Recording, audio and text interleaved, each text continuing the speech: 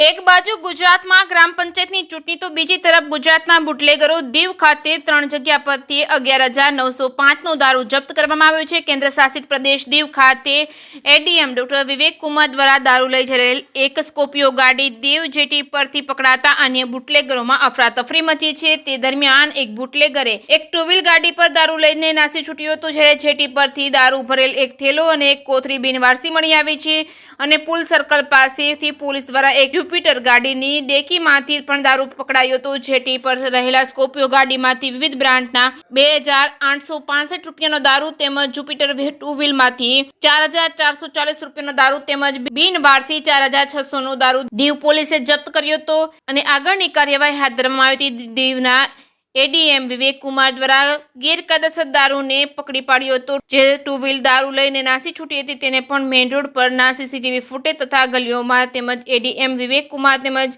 મિલન પટેલ વગેરે દ્વારા તપાસ કરવામાં આવી રહી છે। જે કે સિંહ ગુજરાતી સાથે કાળુ આહિર દીવ।